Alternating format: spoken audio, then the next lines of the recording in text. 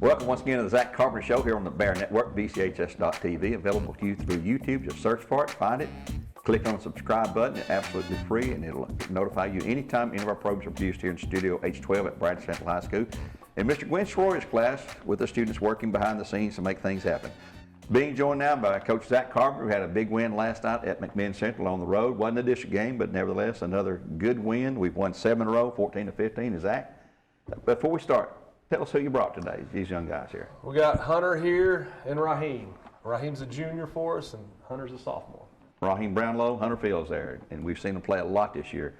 Guys had a good JV game last night too. Let's start with that. Started out a little slow, halftime was still close, and boy, then we just took off there. You know? Yeah, it was a good win. So anytime you come in and make adjustments at halftime, those guys came out and executed, so we're able to widen that lead a little bit. Jordan Allison, your sister, told them something right, you know, and it obviously showed on the scoreboard there. Let's talk about your varsity game here. Another good win, 70-43, the win last night, 7 in a row, as we said, and man, the Bears are playing as good as they've played all year long. I mean, we have really gotten on a roll, and I go back to defense, you know. Defense, you know, if they can't score, they can't beat you, but. I agree with you. It's defensively, I think we've taken it to another level, and we've still got some room for growth. Right. Like I told you last night on the radio, you know, we've got to do a better job of staying in front of the ball, keeping the ball out of the paint, and if it does get in there, we got to rotate over and take charges. You know, I know you guys are tired of hearing me say take charges, but I'm a firm believer in that. Not only is it a turnover, but it's a foul on the other Stop the team. ball, yeah. So it's, you know, we made some adjustments at halftime. It was a 6-point game for us at halftime last night. We made some adjustments.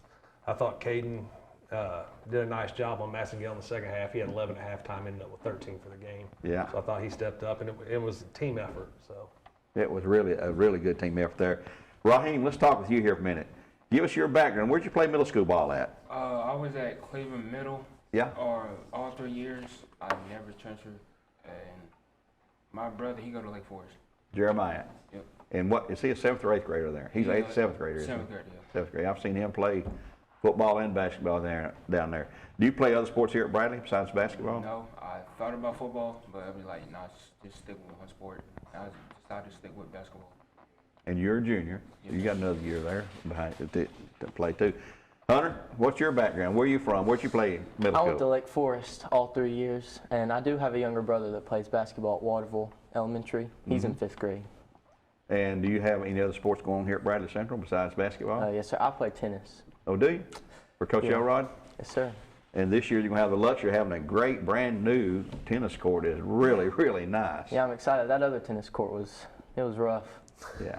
Cracks everywhere. You're being kind when you say rough. Yes. But anyway, we're glad to have you there. But Coach, what are we looking for now? You win that game by 27 points, 70-43. What do you take away from that game, and how can you apply that? Because we got 2 huge district games coming up. Friday at McMinn County, who beat us here at our place, 68-60, I believe the final was. And then we got Walker Valley coming in here Tuesday. So, you know, going into the stretch, I think you want to be hitting your stride, and that's what I keep preaching to the guys. Like, you've put yourself in a really good situation here. So we got to be able to take care of business. We got to learn from last night, even though, like you said, we won. I think it's 27. We won by 27. We still have a lot of things we can learn from that, especially on the defensive end. And they threw a couple zones at us we hadn't really seen before. They threw a 1-3-1 at us, so we can obviously, if we see it again, we can learn from what we did, what worked, what didn't work.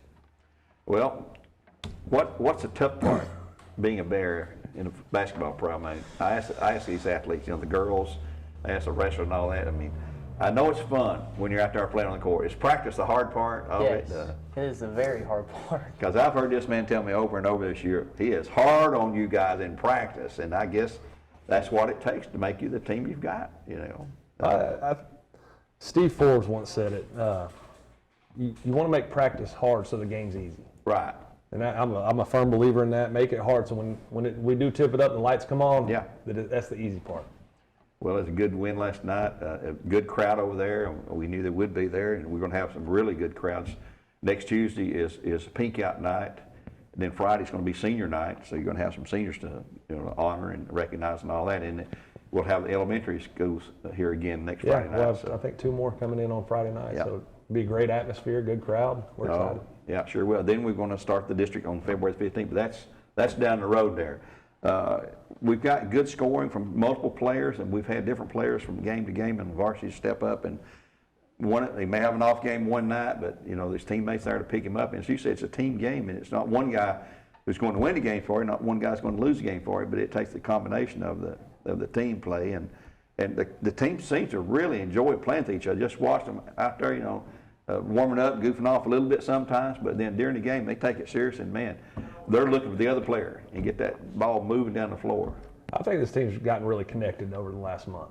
It's they've grown. I think they enjoy playing with each other, playing for each other. Mm-hmm. The bench has been great, and it's been a next man up mentality. Whenever somebody gets their number called, they're ready to go in, and there's no drop off. They know the scouting report, they know the assignments, so they go in and execute. Well, I went back and did a little bit of research like I like to do before a game. February the 1st, that's tomorrow. Going back, we're 17-3 right now.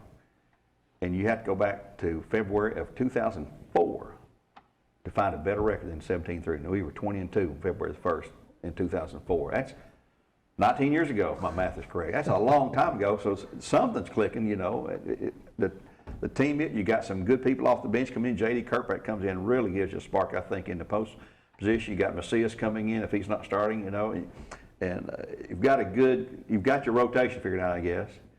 And it's clicking in a lot of different ways, positive ways for us, I feel like. It is, and that's from the guys coming in and doing the work. These guys do all the work. I just get out there and I'm sure they think I yell a lot. And well, my expectation's pretty high for them, and if they don't meet that, I usually let them know. But I think it's translated into games. Yeah. They've carried it over from practice into the games and been able to execute game plans and at times just find ways to win. That's maybe the game plan isn't working, but we found a way to get it done, and I'm really proud of these guys for that. People see Coach Carpenter around school, and boy, he's mild-mannered, calm, quiet, doesn't say much unless you talk to him. Then Jekyll and Hyde is on the court. You get really, really vocal out there, and that's not a negative thing. But I hear that a lot. Thing. But yeah, you have to have that coach's personality on the court and in practice too. But Raheem, you're getting a lot more playing time. Early in the year, we barely saw you, but now you're one of the first guys in, and I guess you enjoy that, don't you? Yeah, I do. Yeah, and you've got a lot to do. I always like to ask this too. What area of your game would you like to improve on the most? Defense, offense, rebounding, free throw shooting. There's a lot of areas to improve on. And mostly defense. Defense. Okay. I get beat a lot when I'm guarding the ball. So whose fault is that? Mine. So you recognize that, Coach. You hear it. Self-awareness. Coach tells me to ask. No, he doesn't. But I always like to ask that because everybody's got room for improvement in a lot of ways. Hunter, how about yourself, bud? Probably defense too. Defense. That's when the coaches get the most mad at you if you mess up. Well, defense is what wins the games, and every steal you get, that's a chance for you to score and takes away a chance for the other team to score, and that's maybe a 4-point swing, 5-point swing, who knows, but a lot can happen. Defense always travels too. Defense always travels, and you know what? We've talked about this a lot. It doesn't matter how poorly you shoot. If you're playing defense never slumps, as the old saying goes.